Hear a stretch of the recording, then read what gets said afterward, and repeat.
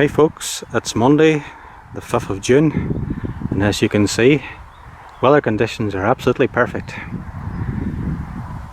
Last week we had an absolutely glorious week. Temperatures ranged 20-21 Celsius all week.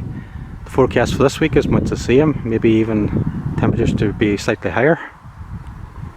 It's absolutely lovely to be a farmer and be able to work in conditions like these.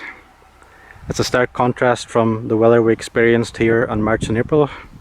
March was extremely wet. April was one of the wettest Aprils we had in almost 40 years. I think the first good day we had was April 18th. The reason I remember that was actually our annual TB test that day. And it was absolutely glorious, and thank God we had a clear test later that week.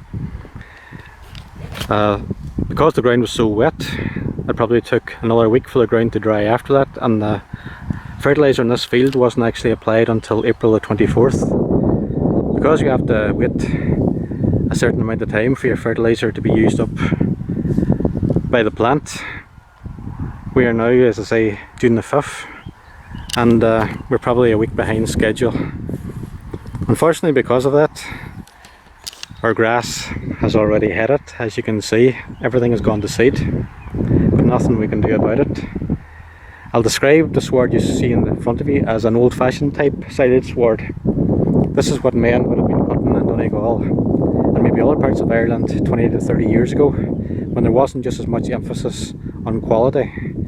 Back then, there was more emphasis almost put on bulk, and quality was kind of second on the list.